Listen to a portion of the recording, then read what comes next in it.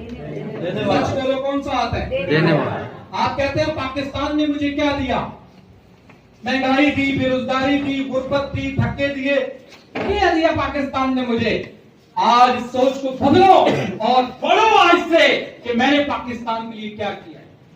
इसको बदलो जरा, इस माइंड को चेंज करो, इस माइंड को, इस अपने प्यारे मुल्क के लिए, इस वतन के लिए कुछ बड़ा करो। और आपको वो प्लेटफॉर्म देने जा रहे हैं जो यकीन कीजिएगा, इस प्लेटफॉर्म का अगर आपको पोटेंशियल समझ आ गया तो 40 साल बाद नहीं, 30 साल बाद नहीं, 20 साल बाद नहीं, 10 साल बाद नहीं, 1 साल में हालात को बदल कर रख देगा।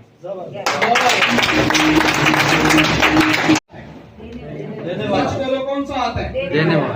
आप कहते हैं पाकिस्तान ने मुझे क्या दिया? महंगाई दी, बेरोजगारी दी, गुर्बत दी, धक्के दिए, क्या दिया पाकिस्तान ने मुझे? आज इस सोच को बदलो और पढ़ो आज से कि मैंने पाकिस्तान के लिए क्या किया।